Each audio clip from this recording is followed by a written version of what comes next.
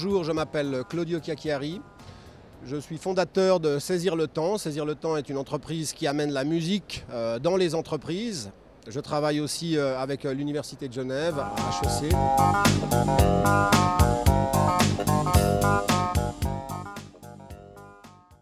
J'ai le sentiment que quand on parle de talent aujourd'hui, on parle un peu de Ferrari dans l'entreprise. On cherche des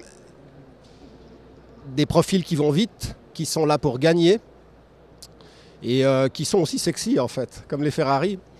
Or, moi j'aimerais plutôt évoquer un autre type de profil, ceux qui ressemblent plutôt à des Sherpas, qui vont un peu moins vite, mais qui vont plus haut et qui ne courent pas pour gagner, qui marchent, qui ont une ambition très grande, un idéal, et qui fonctionnent autrement. Et je crois que dans le contexte de guerre des talents, puisqu'il y a pénurie au fond de potentiel remarquable pour l'entreprise, il serait intéressant pour l'entreprise d'essayer d'améliorer son radar, d'affiner son radar, pour aller au-delà des talents conventionnels vers d'autres types de profils, ceux que j'appelle les Sherpas.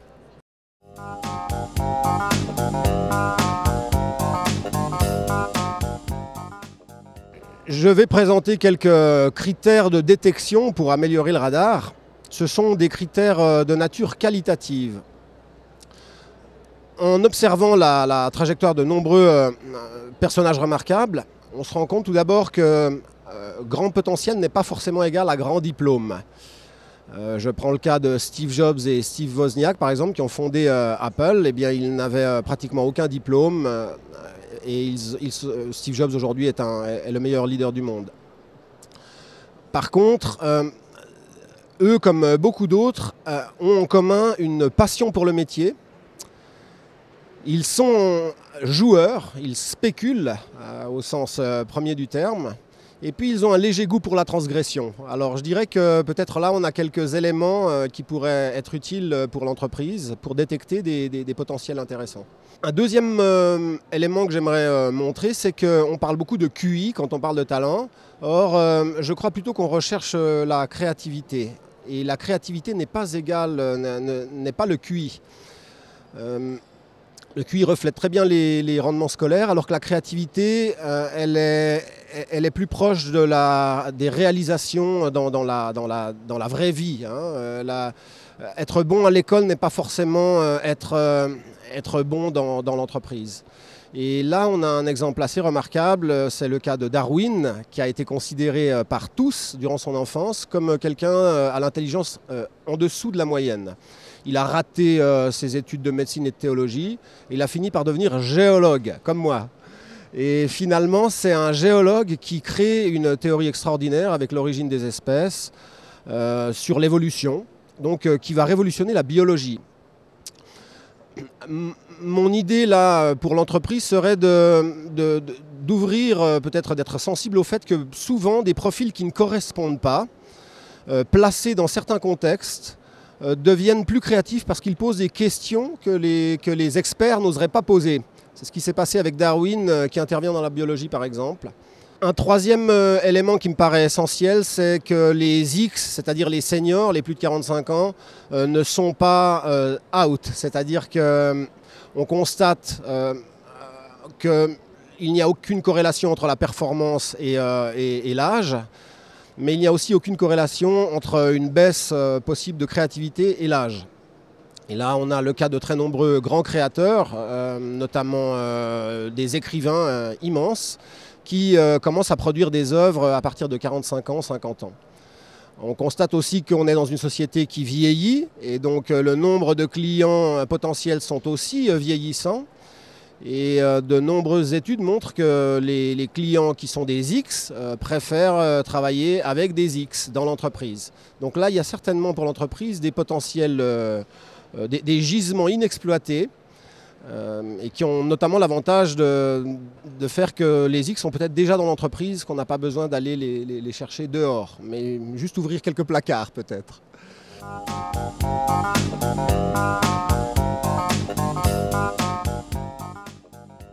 Bon, évidemment, c'est un métier, hein, et je ne suis pas DRH, mais les pistes, je crois que je les évoque, c'est d'abord d'introduire peut-être ces critères de nature plus qualitative, plus difficiles à quantifier, mais qui sont néanmoins objectifs. Je pense que demander à une personne questionner sur l'échec, c'est un autre élément que je vais aborder.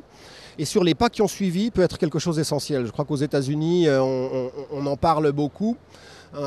Une revue qui s'appelle Harvard Business Review vient de faire un numéro spécial sur l'échec.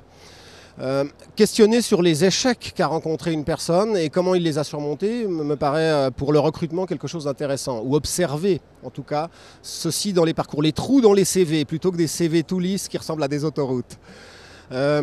Questionner sur par exemple la lecture, je crois que certains le font déjà, qu'est-ce que les gens lisent, que lisent-ils, etc. Je crois qu'on peut trouver des manières de voir si la personne est joueuse, si elle est passionnée par son métier. Bien renforcer sans doute l'acuité à l'égard des X qui sont certainement dans l'entreprise.